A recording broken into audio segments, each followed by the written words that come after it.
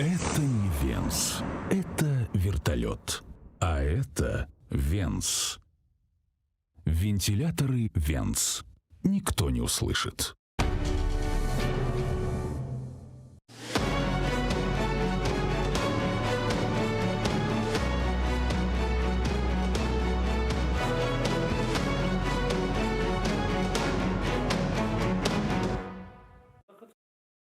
Добрий вечір усім телеглядачам каналу АТР. В ефірі програма «Бізнес та влада». Мене звати Анна Медведнікова. Вітаю.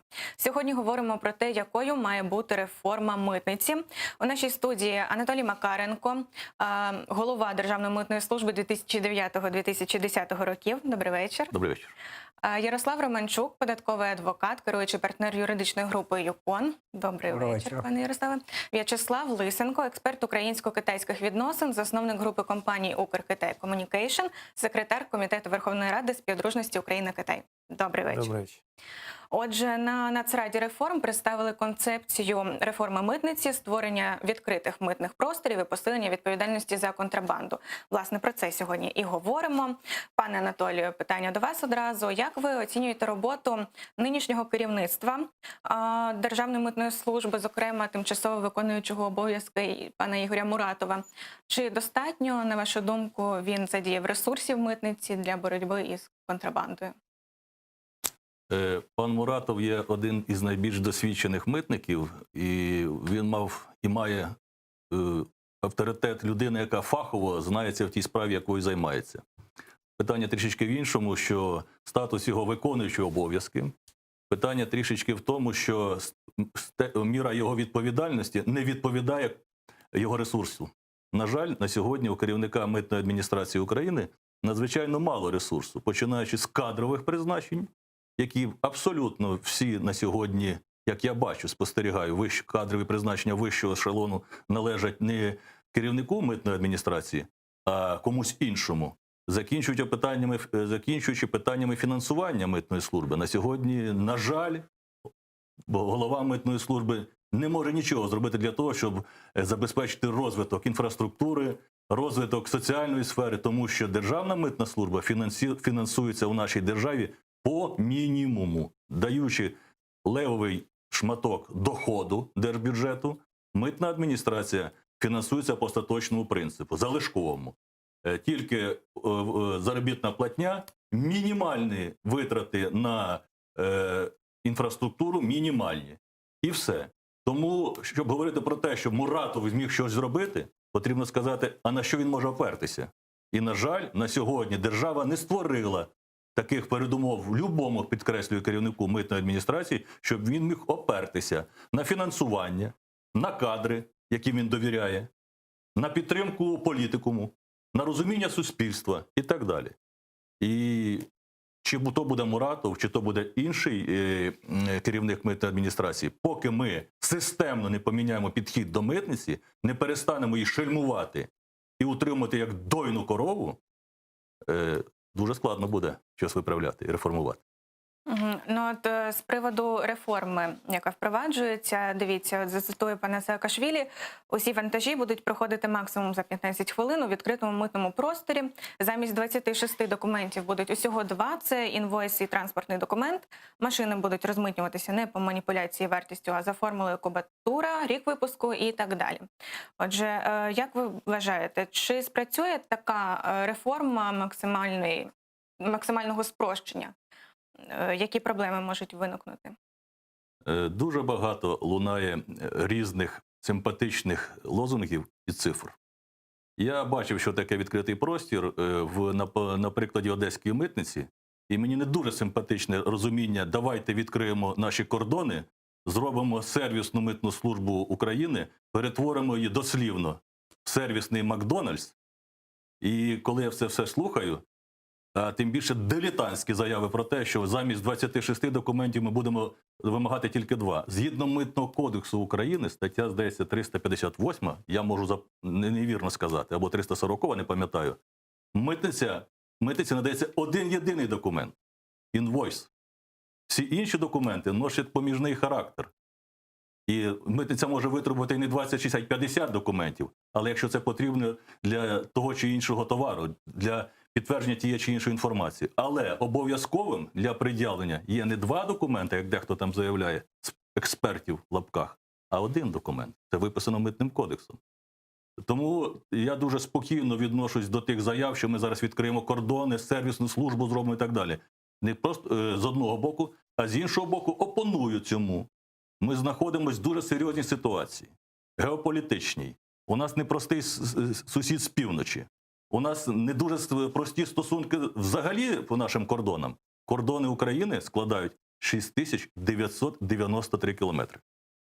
До речі, знаєте, скільки сухопутні кордони Євросоюзу складають? Сухопутні кордони 12 тисяч кілометрів.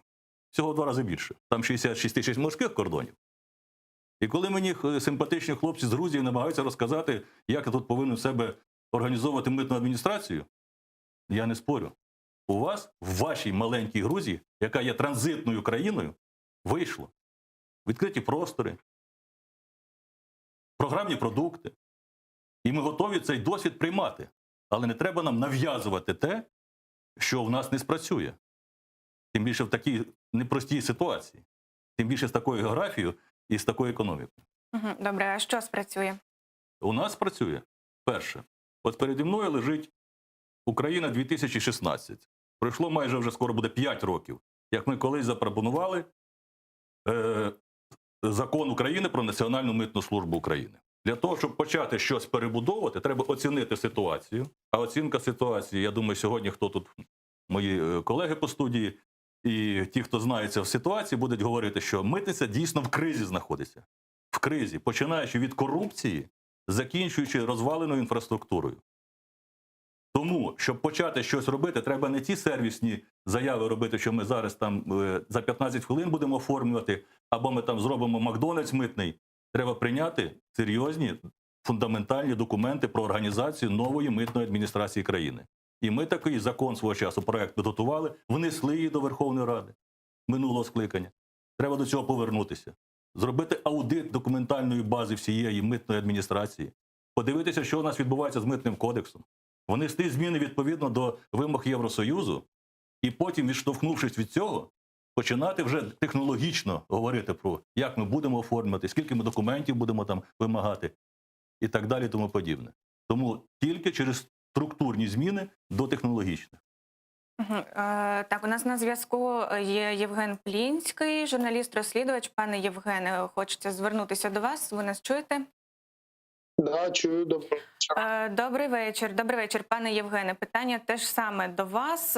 Як ви оцінюєте роботу керівництва Державної митної служби? Ну, дивлячись, за якими критеріями його оцінювати. Якщо його оцінювати за критеріями ефективності і відстоювання інтересів держави, то оцінка негативна.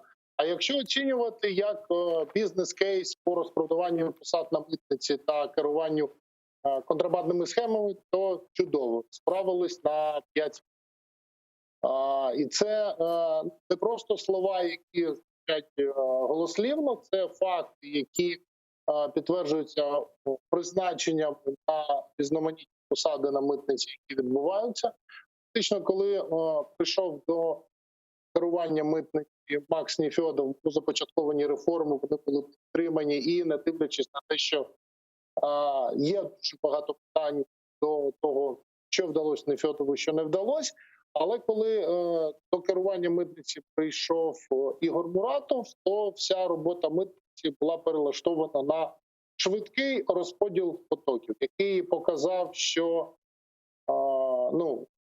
якщо навіть взяти останні призначення, які зараз шумлять по Фейсбуку, по соціальним мережам, по депутатським групам і засіданням парламентських комітетів, це призначення там на Київську митницю людей, призначення на керівників координаційно-моніторингової митниці, призначення там Одеської митниці. Тобто всі призначення, які зараз відбуваються, вони відбуваються з людей, які мають чисті бездоганні репутації на митниці і можуть відстоювати інтереси країни, а людей, які причетні до усіх контрабандних групувань.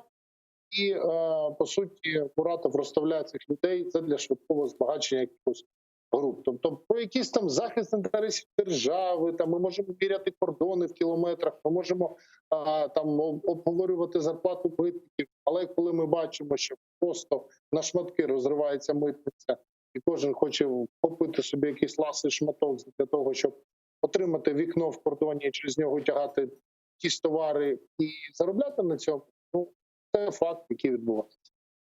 Це така моя коротка оцінка подій, що зараз відбувається. Пане Євгене, які механізми ви вбачаєте, як боротися із цим? Так дуже просто. От, наприклад, ви анонсували, що на ваш ефір прийдуть представники влади. Мав прийти міністр фінансів Марченко. Де Марченко? Так, Нема Марченко. на жаль, він не зміг. Він, я не думаю, що він не зміг, він не схотів, скоріш за все, тому що йому вигідніше підписувати призначення, сидячи в кабінеті, коли йому ніхто не ставить питання, чим спробувати в прямому ефірі відповісти на складні питання. Тож, що робити? Я не знаю, що робити. Це питання треба задавати людям, які сидять в провладних кабінетах. Нехай вони якісь пропонують рецепти вирішення питань. Я можу лише констатувати тільки те, що бачу. І неприхід Марченко, до якого є тисячі питань по призначеннях, які зараз відбуваються на митниці, по подіях, які відбуваються на митниці, по наповненню бюджету, про тіньові ігри, які він влаштовує разом з Ігорем Муратовим. Є багато питань, але вони на них не бажають відповідати. Тому і ховаються від ефіру. Я, чесно кажучи, очікував, що він таки прийде, і йому можна буде задати питання і отримати на них якісь відповіді. На жаль, не сьогодні. Сподіваємося, що ще буде така можливість. Пане Євгене, ми вас почули. Дякую, що ви доєдналися до нашого ефіру. Отже, пане Ярославе, яка ваша думка? Що ви скажете от з почутого? Прокоментуєте як? Враховуючи те, що я, можна сказати так, представляю інтереси бізнесу, тому для бізнесу менше всього цікаво, як буде називатися митний орган, хто його буде очолювати, які там є проблеми у них. Бізнесу це не цікаво. Бізнес справно платить податки, і бізнес хоче, щоб митний орган в даному випадку здійснював ті функції, які покладені на нього. З однієї сторони, ці функції, які покладені на митний орган, це захист економічних інтересів, а друга, одна з основних, скажімо, функцій – це сприяння створення відповідних умов для полегшення торгівлі, сприяння транзиту, збільшення товарообороту, пасажиропотоку, скажімо. Оце для бізнесу є, скажімо, важливим. На сьогоднішній день, на жаль, бізнес не відчуває отої сприятливої, скажімо, ситуації на кордонах. З однієї сторони, з другої сторони є інша проблема. Це проблема пов'язана із митною вартістю. Коли митні органи приймають, скажімо, відповідні рішення у випадку того, що витребовують там додаткові документи, друге, скажімо, застосовують певні розрахунки при визначенні митної вартості. Тому я от сьогодні проводив, у нас таке було інтерв'ю з головою Державної податкової служби, і ми дуже багато дискутували по поводу податкової реформи. То я недавно, десь декілька місяців тому, я час від часу дуже люблю читати історію, пов'язану з митарями, з податками, з митницею. І я знайшов такий цікавий факт про те, що першою людиною в світі, яка започаткувала податкову реформу, була княгиня Ольга, на наших теренах.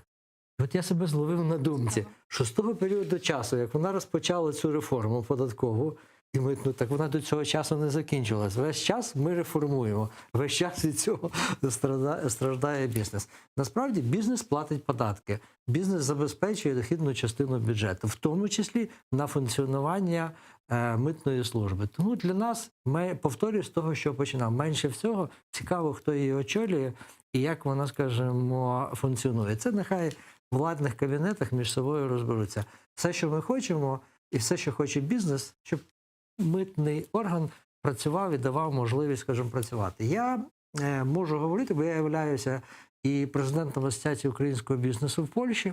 У нас офіс там з 2006 року. Я можу говорити про те, як працює кордон зі сторони Польщі і зі сторони України. На сьогоднішній день, як були черги, вони так і до цього часу є. Як бізнес тратить від 24 годин до 72 годин на розмитнення, на перетин митної території України чи Польщі, так і тратить і на сьогоднішній день. І, на жаль, нічого, скажімо, там не змінилося при різних керівниках. Тому все, що потрібно для бізнесу, це за сприяння створенню, скажімо, тих умов, щоб міжнародна торгівля, вона відбувалася досить, скажімо, там швидко. Дивіться, ось повертаючись до митної реформи, ви сказали, що сьогодні зустрічалися з головою Державної податкової служби, з паном Любченко. Можливо, ви обговорювали трохи цю реформу і, на вашу думку, чи впорається податкова служба із такими умовами митної реформи? Дивіться, я не можу давати оцінку, бо я не є таким фахівцем, я не займався, не ставив перед собою ціллю робити такі, скажімо, там оцінки. І можу сказати одне, що і податковий, і митний орган, вони повинні працювати системно і в парі, якщо можна так сказати. Бо для держави важливо, щоб оцей ланцюг постачання товару від часу, коли він пересікає кордон, і до кінцевого споживача, щоб він повністю був прослідкований і щоб там не відбувалось ніяких скруток, щоб там не відбувалось ніяких ухилень від сплати податку, щоб податкові платежі були сплачені. Я, можливо, пану Анатолію трошки там опонуючи, не то що опонуючи, а дещо, скажімо, розширюючи, бо Національна рада реформ це не є, скажімо, там грузинський орган, це є український орган, який створений при президенту України, головою Національної ради реформ є президент України. І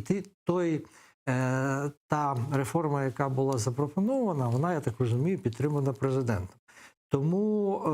Тому те, що там Михайло Саакашвілі очолює її, безперечно, скажімо, це він всього-навсього одна особа, яка її, скажімо, там очолює виконавчий орган. Він навіть не є головою Національної ради реформ.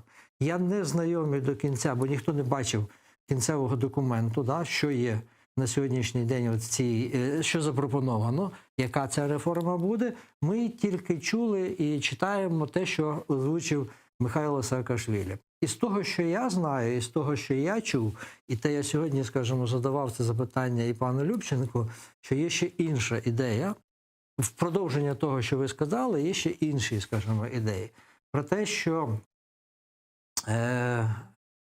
голова Державної митної служби, він одночасно буде першим заступником міністра фінансів. І в такий спосіб перший заступник міністра фінансів, будучи головою Державної митної служби, йому буде підпорядкована і Державна податкова служба. По крайній мірі, таку ідею озвучують в тих колах, які займаються митною реформою. Повторюсь, для нас, для бізнесу, є важливою, скажімо, щоб оці реформи, вони ніяк не відбувалися на бізнесі, не відбувалися на платниках податків. Щоб товар міг швидко перетинати кордони, міг швидко розмитнюватися у відповідності до тих правил і норм, які записані в Митному кодексі. Пан Анатолій правильно сказав, що є тільки один документ, який передбачений Митним кодексом. А всі інші документи, які на сьогоднішній день витребовує митна служба, це є їхні внутрішні документи, Мінфіну, митниці. І якраз дуже багато спорів якраз стосується і тих, скажімо, митної вартості, і тих документів, які витребовуються митними органами. Пане Анатолію, можете прокоментувати ситуацію з тим, з головуванням митною службою? Пане Ярославе, повторіть, будь ласка, як це має бути? Я зрозумів питання. Так. За свіжою версією реформи митної служби. Ми ж митну службу реформуємо від княгині Ольги, я так зрозумів, да? Да, на наших Княгиня теренах. Ольга. І, мабуть, треба знову повернути жінку для того, щоб ту реформу якось фіналізувати. Що перший заступник міністра фінансів буде очолювати і митну адміністрацію. З одного боку, я це позитивно оцінюю, якщо перший заступник міністра фінансів буде нести всю повноту відповідальності за все, що відбувається в митній адміністрації. Але з іншого боку, коли я чую про те, що і він же буде курувати податкову службу, то я не уявляю собі, як одна особа зможе вести такі дві служби. Ми вже бачили цей досвід Державної фіскальної служби, і я не вважаю, що це був добрий досвід. Синергія не відбулась. Тому тут в мене є деякі питання відносно цього. Але, підкреслю, саму ідею відносно того, що статус керівника митниці сьогодні треба підняти, я був би не проти, тому що статус керівника митної адміністрації країни сьогодні дуже принижений. Підкреслюю, Міністерство фінансів розробило такий ланцюг погоджень, щоб призначити керівника митного поста десь в Ужгороді, потрібно погодити питання в Міністерстві фінансів України. Ну це смішно. Я прошу вибачення, що я спускаюсь до таких технологічних речей, але з цього складається так звана чергова реформа, яку нам пропонують. Підкреслюю, я не проти любого раціонального варіанту реформування митної адміністрації країни. Від кого він не прийшов. У нас вже була британська модель Міністерства доходів і зборів. Зараз нам пропонують іншу модель. Я не проти. Але це повинно обговорюватись, це повинно в дискусіях все відбуватися і базуватися, перш за все, на концепції, яку ми митницю хочемо. Або ми хочемо Макдональдс, тоді всі сказали, окей, Макдональдс, і будуємо норматив Макдональдсу. Або ми говоримо, це повинна бути сильна, потужна митна служба, непомітна і зручна для громадян, і дешева і швидка для бізнесу. Так я розумію? Бізнесу без різниці. Дешево і швидко. Він це повинен бачити. Тоді ми сказали, ми зробили таку митну службу. Так, ще існують такі схеми, так звані посилочні схеми. Пане В'ячеславе, тепер це до вас питання. От посилки, ну, наприклад, із Китаю вартістю там до 100 євро, вони не розмитнюються. Наприклад, іде фура, у якій є 1000 таких посилок, вартістю до 100 євро, скажімо, це 100 тисяч євро. У цій фурі вона проходить, не розмитнюється, тому що це все оформлено на фізичні особи. І ми вже розуміємо, які далі з цього виходять схеми. Як боротися із цим? Ну, наверное, в этом вопросе больше специалист Евгений Плинский. Он занимается у нас расследованием, и он в этом деле сведущий. Я могу сказать точно, что, к примеру, у нас идут покупки из интернета в Китае, и за каждым покупателем есть его телефонный номер, и зачастую очень часто проверяют, что он купил, на какую сумму он купил. Ну и плюс, кроме всего остального, когда товар поступает на склад, он имеет стоимость закупочную. И для нас, как для логистов, мы осуществляем логистическую услугу по доставке с точки А в точку Б. А уже задача таможенных органов здесь по приемке, они контролируют и решают, это надо отдать на контроль или пропустить. Поэтому, я не знаю, допустим, в Китае, чтобы... то есть на данный момент в Китае просто нереально это делать по нескольким причинам. Первое. В Китае есть такая вещь, как возврат НДС при экспорте. Как только вы разобьете промышленную партию на почтовую партию, вы не получите НДС. Ни один производитель на это не пойдет. Потому что это 10-13% потери от стоимости товара. У нас ввозное мыто 20%. Какой смысл 13% переплатить? Там разница составит 7%. То есть бизнес... Если и идет иногда на хитрости, то должна быть экономическая целесообразность. В этой нету экономической целесообразности. В крайнем случае я не вижу. Может, Евгений знает больше, и это не моя специфика бизнеса. Поэтому я могу, наверное, больше рассказать, как работает китайская мытница. Так, и это очень интересно. потому что в Китае таможня максимально компьютеризирована. Применяются последние технологии. Например, такая вещь, как забиты автоматически все алгоритмы рисков. И компьютер сам автоматически выбирает, какой контейнер, какой груз поставить на контроль. Убран человеческий фактор. Но если этот риск высветился, никто не имеет права его не выполнить. Его проверяют. То есть это же не трудно вбить в алгоритм, убрать человеческий фактор и этим пользоваться. По поводу таможенной стоимости, которая рассматривается здесь много-много раз. В 2009 году, помните, я пришел им и предложил, давайте сделаем API-интеграцию с таможней Китая, и будет китайская таможня дала согласие на то, что она будет выгружать экспортные цены. У нас в Украину 30-40 стран основных экспортеров, импортеров сюда продукции. Мы можем сделать всего лишь 40 API-интеграций и получать таможенную базу автоматически в момент отгрузки товара через экспорт таможни отправителя. То есть все просто, убираем по максимуму, я считаю, 80% основных проблем по мытной вартости. Второй меня вопрос как бизнеса очень сильно удивляет. Я понимаю, когда мы в бизнесе ставим цели, задачи, планы. Мы влияем через маркетинг, через продвижение товара, мы обучаем своих сотрудников. И в зависимости от того, как мы это все сделали, мы либо выполняем план, либо не выполняем. У меня вопрос. У нас таможня — орган, который статист. Как правительство выписывает планы таможни по сборам? Ведь они же статисты. Сколько бизнес привез, столько они должны взять денег. Соответственно, если таможни пишут планы, как в отделе продаж, они должны их выполнять. И начинаются перекосы. То есть начинается повышение мытной стоимости, чтобы выполнить план. То есть, может, надо в государстве уже прийти в сознание и понять, что таможня — это орган, который статистику выполняет законодательство Украины. Но нельзя таможне ставить планы по выполнению наполнения бюджета страны. Маразм. Поэтому, мне кажется, некоторые вещи изначально задумывались как-то по-другому, но сделаны не так, как нужно. Я не знаю, как княгиня Ольга эти планы ставила, но я думаю, что она вводила правила, по которым работать должна быть мытница, но не давала, что вы должны наполнить казну про визнос, скажем так. Пане Анатолію, так, будь ласка.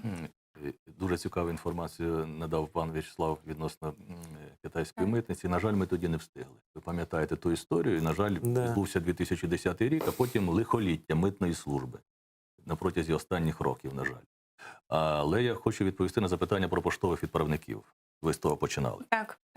На сьогодні є світові брендові оператори експрес-перевезень. DHL, UPS, Federal Express і так далі, і так далі. Тому подібне, це світові бренди. В Україні з'явилась нова традиція, і це відбулось саме після 2010 року, коли з'явились так звані митні, я їх називаю, помийки. Вибачте, будь ласка, за таке слово. Різні фірмочки, які почали використовувати статус експрес-перевізника і отримувати ті ж преференції для перевезення вантажів, що і митний експрес-перевізник, наприклад, Federal Express або UPS. Їх ніхто не знає. Десь в Шанхаї, в гаражах на Подолі ця фірма існує, а через неї проходять тисячі вантажів, тонн вантажів, високоліквідних товарів і таке інше. Хто їх відкрив? Чому їх не закривають? Право центральної сортувальної станції, ЦСС називається, має тільки та служба, яка робить кругооборот товару, відправлення, отримування. Аналіз зробити, скільки вивезено товару, скільки ввезено. Я вдруге очолював митну адміністрацію у 2014 році. Був заступником голови Державної фіскальної служби у 2014-2015 році. І декілька таких компаній я був змушений закрити. Колосальний був супротив, тому що за кожною з них вже стоять, як у нас це прийнято. Але ми закрили тоді ці компанії. Зараз, за моїми підрахунками, їх там вже до 30 компаній таких. Якщо це робиться все дуже просто. закривається і все. Ні Federal Express, ні DHL, ні інші компанії з світовим ім'ям, вони не будуть п'ятнати своє ім'я контрабандними схемами. Повірте мені, такого раніше ніколи не було. Ну, есть Международный почтовый союз, который выдает лицензии международные. И DHL, которая получает, и все национальные почты получают в этом Международном почтовом союзе. И, конечно, там очень жестко подходит к требованиям почтового оператора. У нас в Украине это выдается просто правительством страны, может стать международным почтовым оператором. То есть, да, я согласен, это... Это нонсенс. Это неправильно, нонсенс. и это решается волевым. Это нонсенс, конечно, оставить международных почтовых операторов и все. И все. Потому что они признаны Международным союзом. Поэтому и был единственный случай в 2008 году, когда количество e-commerce увеличилось, и в Брюсселе выдавали, кроме национальным операторам, выдавали международные почтовые лицензии коммерческим структурам. По одной на страну, и был такой жесткий отбор. То есть это должна была быть компания с международным опытом, с четкими требованиями, много лет на рынке и. Поэтому да, я с вами согласен. А когда компания возникает за 3 дня и работает год, это нонсенс. Так, заговорили про контрабанду. Давайте зараз привітаємо Віктора Берестенко. Він у нас на прямому зв'язку, голова Одеської асоціації експедиторів. Пане Вікторе, добрий вечір, вітаємо вас. Да, добрый вечер. Только поправлю, не Одесская ассоциация, а Ассоциация международных экспедиторов Украины, которая осуществляет свою деятельность как внутри страны, так и за ее пределами. Дякую. Ви озвучили, як правильно. Дякую вам. Да, Пане спасибо. Вікторе, питання таке. Чи працюють такі відомі одеські контрабандисти, королі контрабанди, як називають їх, Вадим Альперін, Віктор Шерман та інші особи? Що, власне, робити з ними? Яка там ситуація у вас? Спасибо. Мне почему-то каждый раз задают примерно одинаковые вопросы, работают они или нет. Я не знаю насчет них лично, но знаю, что работает все, что работало раньше, потому что основными бенефициарами этих схем, о которых мы говорили, коллеги мои, Анатолий Викторович, уважаемый мною, это являются те же силовики, которые, если раньше были в службе безопасности, нацполиция, прокуратура, то сейчас еще подсоединилась какая-то часть Государственного бюро расследований.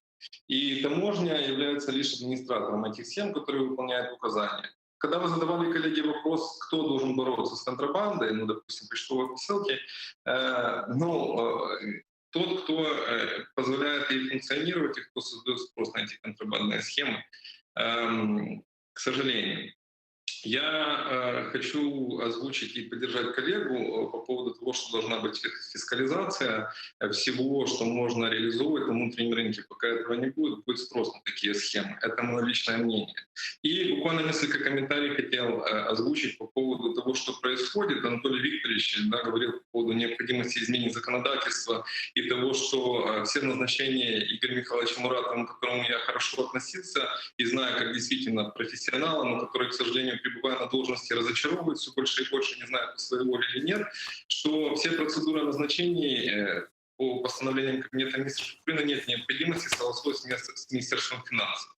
И то, что сейчас происходит, когда Муратов хочет построить вертикаль власти, добиваться каких-то решений, а Минфин ему говорит: оставь моих людей, это, к сожалению, смех и обесценивание тех людей, которые сейчас, мы все ждали, что придут профессионалы, но пришли профессионалы, неизвестно, что лучше, чтобы были новые поколения в лице Макса Нефёдова, или вот то, что сейчас происходит. Потому что происходит, к сожалению, не очень хорошие вещи в отношении белого бизнеса. Коллеги тоже уже озвучили, в отношении которого поднимают просто платежи. Это как в фильме «Чиполлино», проливной дождь взломом молнии, примерно то же самое сейчас происходит. И каждый день, видимо, министру нужно показывать результаты своей деятельности, они просто завышают стоимость налогооблагаемого товара, который потом поступает в бюджет и потом через суды возвращается субъектам. Я хотел озвучить свое мнение касательно того, что Анатолий Викторович озвучил, что нужно мне провести аудит. Мы обратились в нашу ассоциацию по поводу аудита таможенных формальностей в морских пунктах пропуска, последним из которых или крайним проводил Анатолий Викторович. Он делал методические рекомендации по процедурам оформления. Мы дали своих юристов. потому что в таможне нет юристов, или они занимаются чем-то не тем. Мы дали свою структуру. Мы, как наша ассоциация, была инициатором того, чтобы на нашей базе объединились все бизнес-компании, то есть и морские перевозчики, и стивидорные компании, и экспедиторы, и таможенные декларанты. Озвучили, что нужно. Мы хотим всего лишь убрать человеческий фактор во время проведения таможенных формальностей с должностным лицом таможни. Это то, о чем говорил коллега, озвучивая то, что как работает Китай. Какой ответ мы получили? Витя, мы все понимаем, но ты понимаешь, что если мы это сделаем, мы уберем зарплату, коррупционную составляющую, которую сейчас, к сожалению, продолжается подниматься с местных таможенных центров. Не знаю, между кем она оседает. Б, ты уберешь человеческий фактор и возможность создавать преференции определенным компаниям. То есть вот прямой такой ответ. Поэтому я говорю, что к чему я это говорю, потому что у наших руководителей Министерства финансов, потому что таможня и руководители ее сейчас имеют должность статиста, который выполняет указания министра, не в состоянии ничего сделать. Что касается министра Марча. К этому министру я лично имел с ним встречу, на которой озвучил свои предложения, что необходимо сделать. Через морские ворота Украины мы экспортируем, импортируем порядка 160 миллионов тонн груза. Это больше, чем через сухопуть.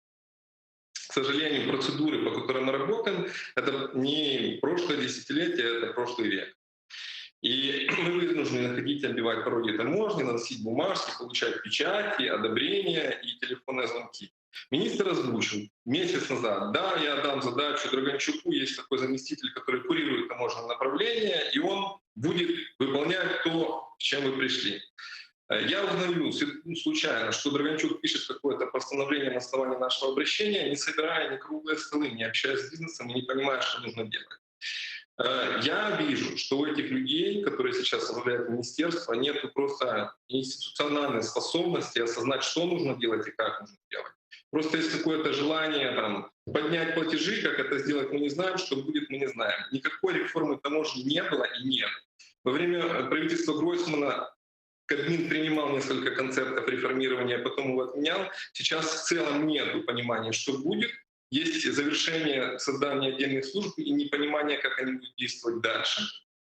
И мое мнение, эти люди просто не способны физически осознать, что нужно делать. К сожалению, эти люди, я имею в виду, это руководство Министерства финансов. Потому что Юрий Михайлович и другая вертикаль по таможенной службе, она не имеет никакой возможности регулировать и влиять на процессы ментально, при том, что фактически по законодательству, по моему мнению, они могут не соглашаться с министерством и гнуть свою политику. Что касается высказываний в адрес того, что говорят Михаил Николаевич Саакашвили, я думаю, что он хочет и желает аналогично того же, о чем озвучил Анатолий Викторович. Да, сильную таможню, которую никто не знает, которая работает автоматически, которая работает, как в Китае работает, без человеческого фактора. Но, к сожалению, то есть какие-то передергивания, кто это будет реализовывать и как это будет реализовывать. Я просто предложил бы, обратился к коллегам, чтобы мы созидали, они начинали говорить, кто и что будет делать. Потому что мы прошли уже профессионалов, сейчас у нас работают, были после профессионалов непрофессионалы, сейчас у нас опять работают профессионалы. И если честно, чем дальше, тем меньше веры в то, что что-то изменится. Еще хотел обратить внимание на то, что вот у нас есть человеческий фактор, который называется СУР, система управления рисков, который прописан в кодексе, и который каждый инспектор может применить в отношении любого субъекта или груза, который пересекает таможенную границу Украины, и применять к нему такой объем контроля, который фактически может затягиваться на недели, и держать его, пока к нему не зайдут с взяткой, благодарностью, либо не решат вопрос с тем, кто его попросил решить так действовать в отношении субъекта. А просят его руководители и силовики. К сожалению, я скептически отношусь к тому, кто сейчас возглавляет Министерство финансов и на их способность осуществлять, реализовывать реформы, о которых я не знаю, какие реформы будут. И прошу коллег поддержать единственно возможный вариант, как сейчас я вижу, позволить тем людям, которые не просто говорят, что нужно делать, а которые на своей стране показали, как сделать самую эффективную таможню, предпринять какие-то, опубликовать те проекты изменений, которые все обсуждают, но которые никто не видел, для того, чтобы понимать, что это мое субъективное мнение. Спасибо. Так, пане Вікторе, дякуємо вам. Дякую, що долучилися до нас. Ярославе, я бачу, що ви собі щось записували, ви маєте що сказати. Прокоментуйте, будь ласка. Дивіться, я повертаючись до теми, про яку ви говорили, про міжнародних експедиторів, да, і питання пов'язаних з переміщенням товару через митну територію з порушенням, верніше, переміщення товару з порушенням митних правил. Насправді, те, що стосується оцих міжнародних операторів, навіть якщо вони компанії, які там невеликі, але вони мають якісь ліцензії, я думаю, що тут не стільки проблема в них. Проблема більше в так званих піджаках. Тих особах, фізичних особах, які володіють певним, скажімо, там, транспортними засобами і перевозять оці посилки без взагалі без всяких документів, ну, мається на увазі, як міжнародних операторів, які мають, скажімо, там, міжнародні оператори. І це найбільше, скажімо, є на сьогоднішній день проблема. З одної сторони, є проблема з працевлаштуванням людей, особливо тих, хто працює хто проживає в прикордонних, скажімо, зонах, да? І вони шукають варіанти, як скажімо, там заробити. І це не настільки, скажімо, велика проблема. Велика проблема тоді, коли, наприклад, беремо польську сторону, да, коли з польської сторони під'їжджає фура з, не знаю, там, із брендованим одягом чи брендованим взуттям. Туди під'їжджає декілька мікроавтобусів, виходять фізичні особи, на себе забирають оцей, скажімо, товар, пішком його переносять через кордон, а з української сторони вже чекає інша фура, яка, скажімо, там куди загружається цей самий, скажімо, товар, і він вже їде, як, скажімо, ну, скажімо так, це вже промисловий обіг. І дуже такою, скажімо, да, от цікавою ситуацією, яка була публічною десь місяць чи півтора назад, коли оці перевізники заблокували митний кордон, по-моєму, в Ужгороді, десь на Закарпатті.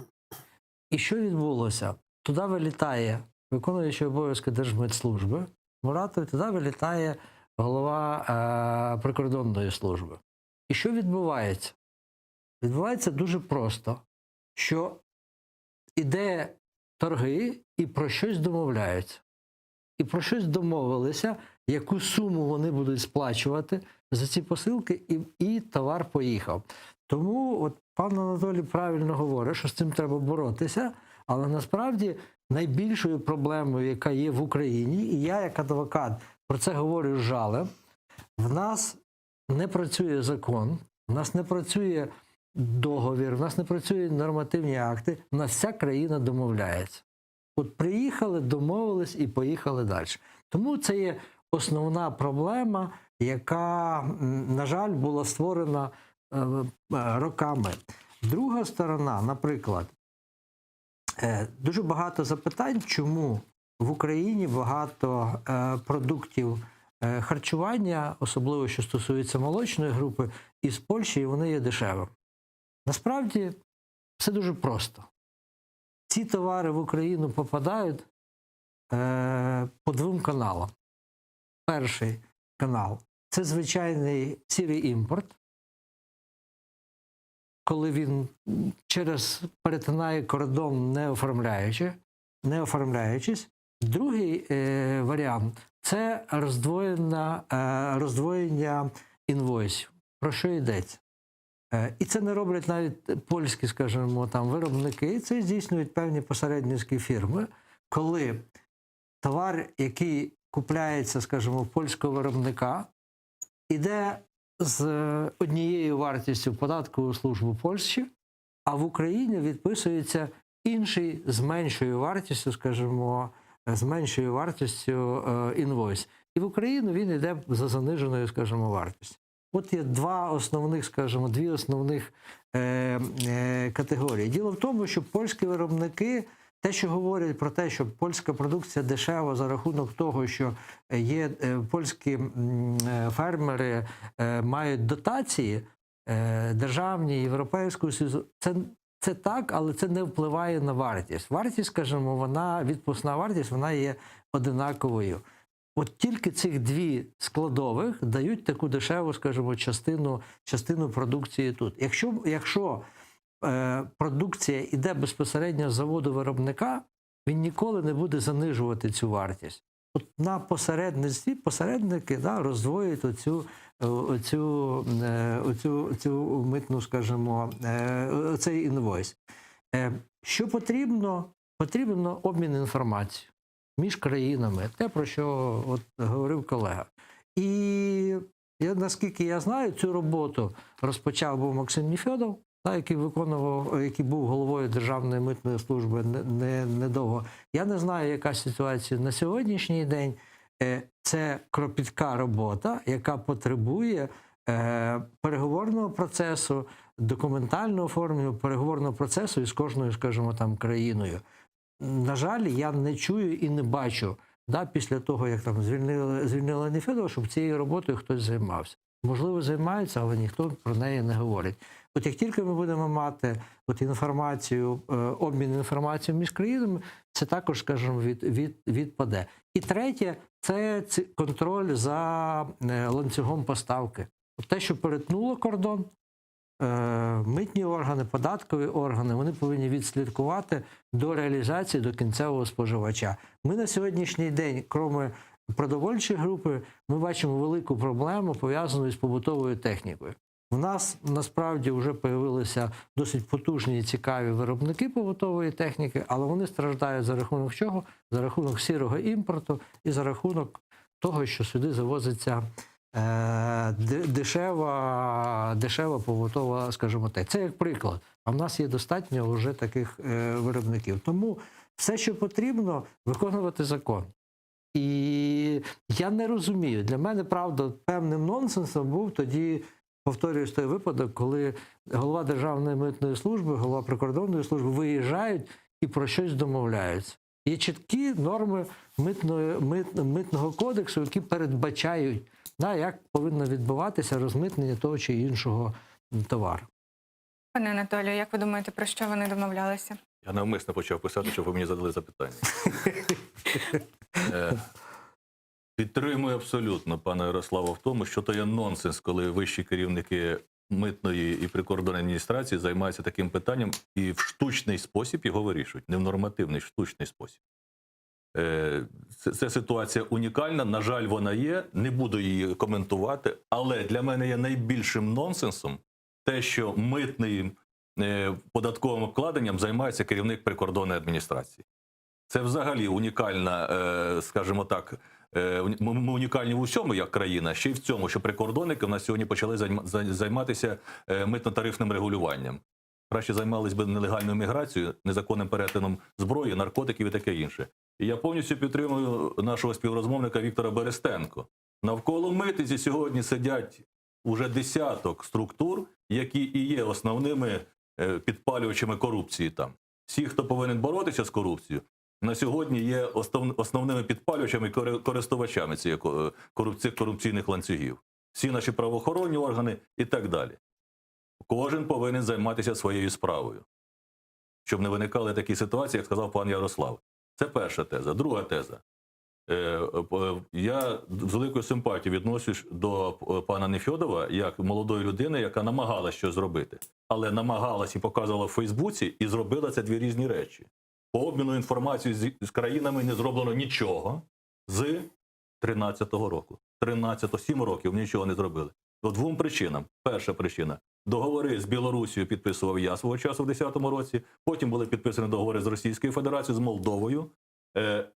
Всі країни Євросоюзу відмовляються від підписання відповідних договорів. Це є позиція Євросоюзу. Основна теза про обмін інформацією. Ви не можете забезпечити захист інформації. Ми не впевнені, що комерційна інформація, яку ми вам передамо, не буде використана для інших цілей. Ці переговори йдуть уже з моменту, мабуть, років 15.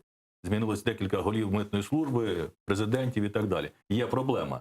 І цю проблему не вирішить на сьогодні рівень голови митної служби. Я думаю, це вже рівень десь комунікацій країн Євросоюзу і України на рівні перших осіб. Але це дуже важливо. І повертаючись до тези В'ячеслава відносно Китаю, а з такими країнами, як Китай, супер важливо. Тому що це основний фактично на сьогодні експортер ризикової продукції, яку на ці контейнери одеські кидаються сьогодні всі, щоб заробити свої чорні кешові бариші. І китайська таможня погодилася дати. І китайська митниця тим більше готова. Це серйозна тема. Я думаю, що з цієї ініціативи треба виходити. Хто б там не керував митницею України, а ініціативу треба продвигатися. Дуже слушно. Дивіться, от щодо реформи митниці, яку ми маємо наразі, скажімо так, от планується усунути інститут брокерів і самостійно заповнювати митну декларацію. Як ви думаєте, чи будуть складнощі у майбутньому із цим? І я вважаю, що ідея ліквідації інституту митних брокерів не просто шкідлива, вона нерозумна ідея. Це світовий інститут надання брокерських послуг, в тому числі і в митниці. Інша ситуація в тому, що в Україні створилась ціла каста так званих рішал. А я не хотів би, щоб плутали рішал, які приходять на митницю і вирішують в лапках питання, намагаючись заробити корупційні гроші. І абсолютно прозорі, зрозумілі брокерські структури, які займаються декларуванням вантажів. Це нормальна світова практика. Вибачте, будь ласка, я знаю, чия це ідея, але в тій же Грузії брокери існують. Почекайте.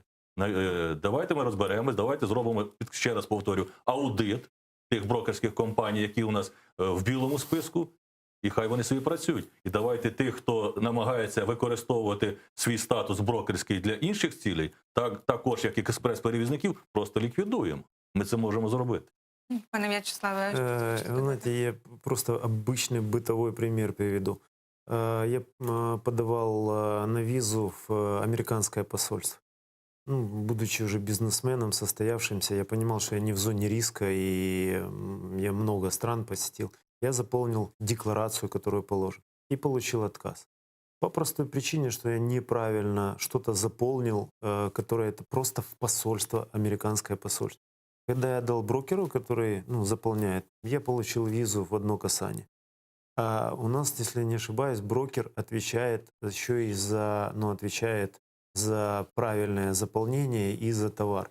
Поэтому, получается, мы обрекаем тысячи предпринимателей за какую-то ошибку в наказание там, от 17 тысяч гривен и до админответственности. Но в моем понимании это так.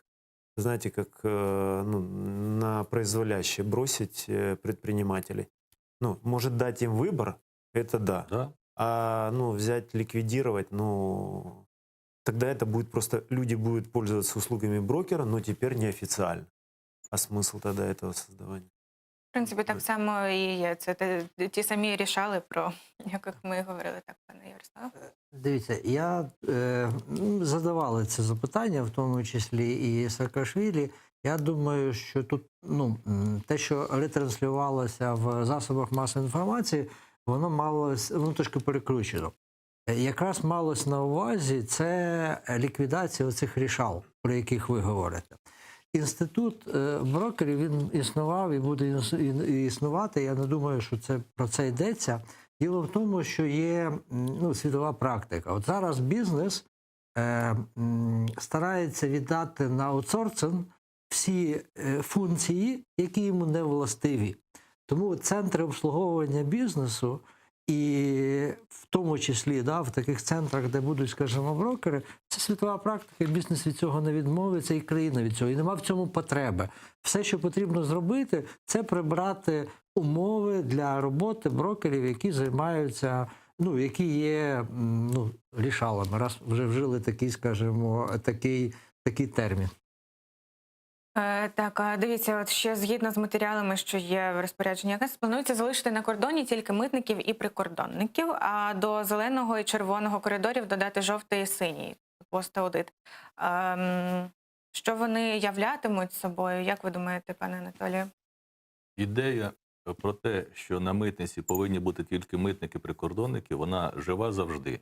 І я цю ідею навіть свого часу викладав одному з колишніх президентів, говорячи про те, що з початком війни, в 2014 році ви знаєте, що відбулося, Ми повинні, можливо, подивитися на американську модель відбудови митної адміністрації. Після 11 вересня, після того теракту відомого, трагічного, було прийнято рішення в Штатах, і прикордонна митна адміністрація об'єднані, митно-прикордонна служба. І ця служба має досить потужну силову складову. І така ідея в мене була. Вона не безспірна, досить небезпірна, але така ідея була. Але позиція моя заключалась в основному в тому, про що ви говорите.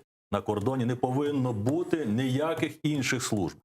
Хоче Служба безпеки України контролювати, є оперативні можливості за пунктами пропуску. Не повинен офіцер Служби безпеки України або іншого правоохоронного органу шманати, вибачте, знову-таки за сленг, контейнери і нахиляти бізнесмена в зонах митного контролю. Кожен повинен нести свій чемодан. І в цьому сенсі я однозначно підтримую позицію Національної ради реформ, тому що ця теза прозвучала саме там, щоб хто повинен бути на кордоні. Це перше. Друге, щодо коридорів. Скільки б коридорів ми не побудували на кордоні, ці коридори повинні технологічно бути корисними. І це питання треба дуже уважно вивчити. Не говорячи вже про те, що у нас наскільки тісні пункти пропуску, що навіть слово «зайвий коридор» ми будемо думати, де його там розмістити. Нам би розібратися з червоним і зеленим зараз коридором. Тому це питання для мене не безспірне. Так, а от з приводу інфраструктури ви трохи говорили вже. Розкажіть, яка наразі ситуація з інфраструктурою митниці? Драматична. Драматична. На протязі останніх років митна структура митниці не розбудовується зовсім. В країні немає жодного вантажного терміналу всередині країни державного. Ці мають комерційний характер. Пункти пропуску знаходяться в занедбаному стані. На розбудову на цей рік в бюджеті не закладено жодної копійки, тільки на утримання пунктів пропуску. Утримання мізерне, і тому на сьогодні ситуація надзвичайна. Я закінчу тезу свою.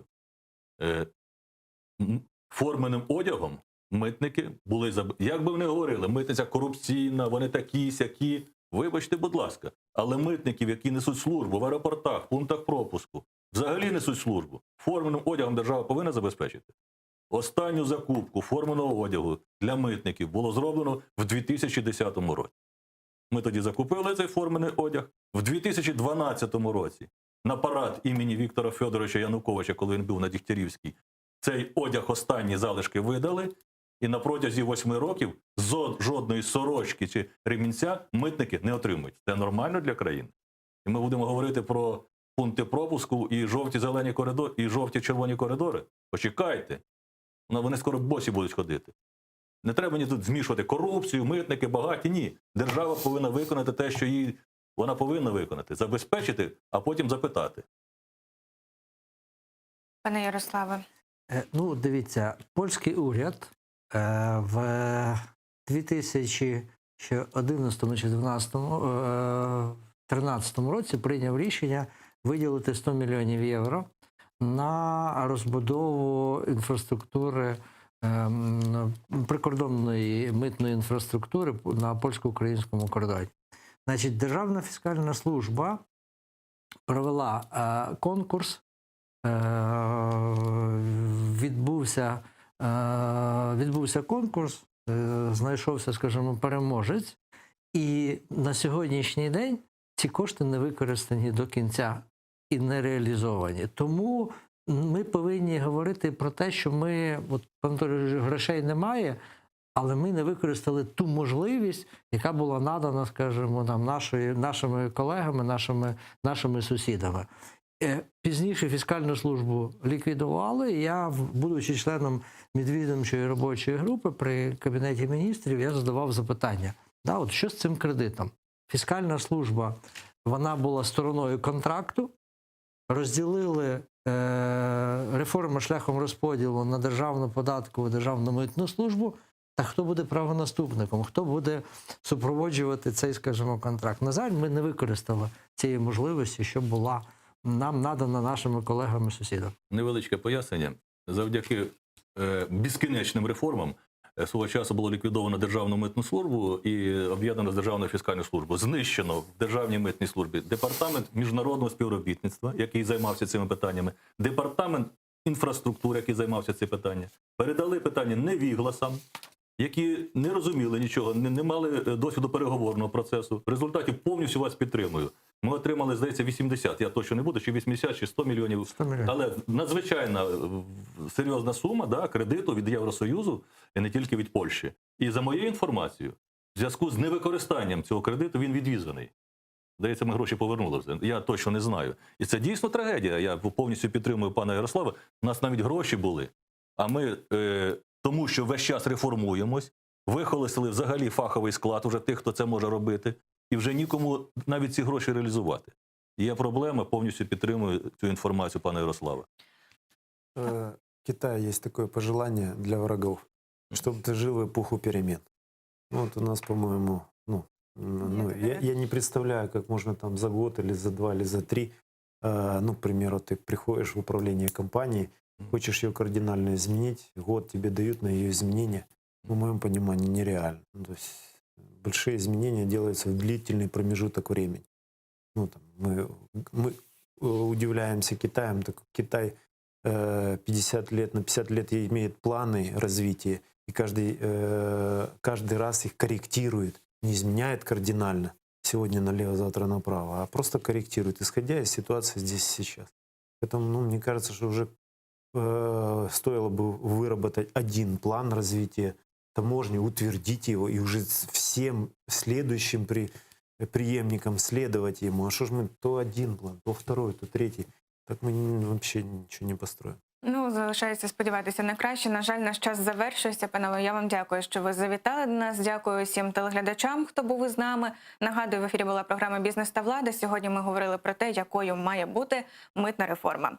У студії працювала Анна Медведнікова. Побачимось.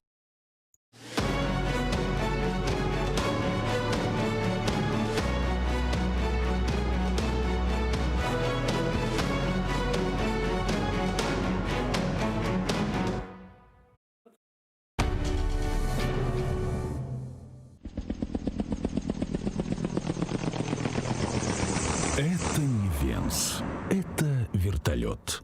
А это Венс. Вентиляторы Венс. Никто не услышит.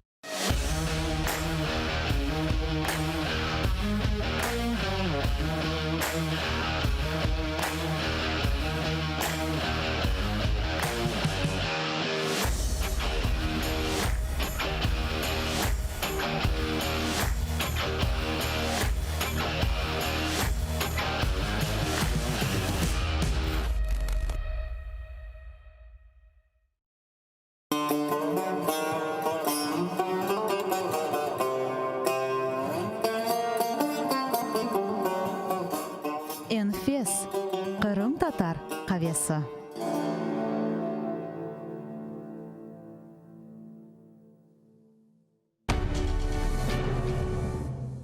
Хмарка мікроорганізмів і невеличка кількість ще отакі людини.